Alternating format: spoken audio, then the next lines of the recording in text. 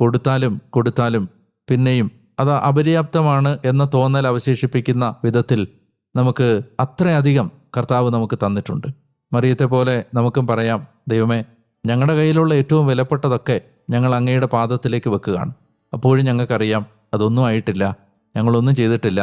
ഞങ്ങൾ അങ്ങ് പ്രതീക്ഷിക്കുന്നതിനും ആഗ്രഹിക്കുന്നതിനും അനുസരിച്ച് അതിൻ്റെ 7 അയലത്ത് പോലും ഞങ്ങളുടെ ജീവിതം എത്തിയിട്ടില്ലാത്ത പാവപ്പെട്ട പതിതരായ ബലഹീനരായ മനുഷ്യരാണ്. നല്ലൊരു ദിവസം നിങ്ങൾക്കുണ്ടാവട്ടെ എന്ന് പ്രിയപ്പെട്ടവരെ ഞാൻ പ്രാർത്ഥിക്കുന്നു.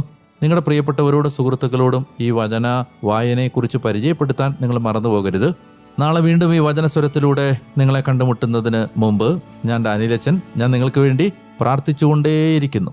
അതുവരെ സ്നേഹിക്കുക, പ്രാർത്ഥിക്കുക, ഈശോയെ പങ്കുവെക്കുക. നല്ലൊരു ദിവസം നന്നായി ജീവിക്കാൻ കഴിയട്ടെ. പീസ്.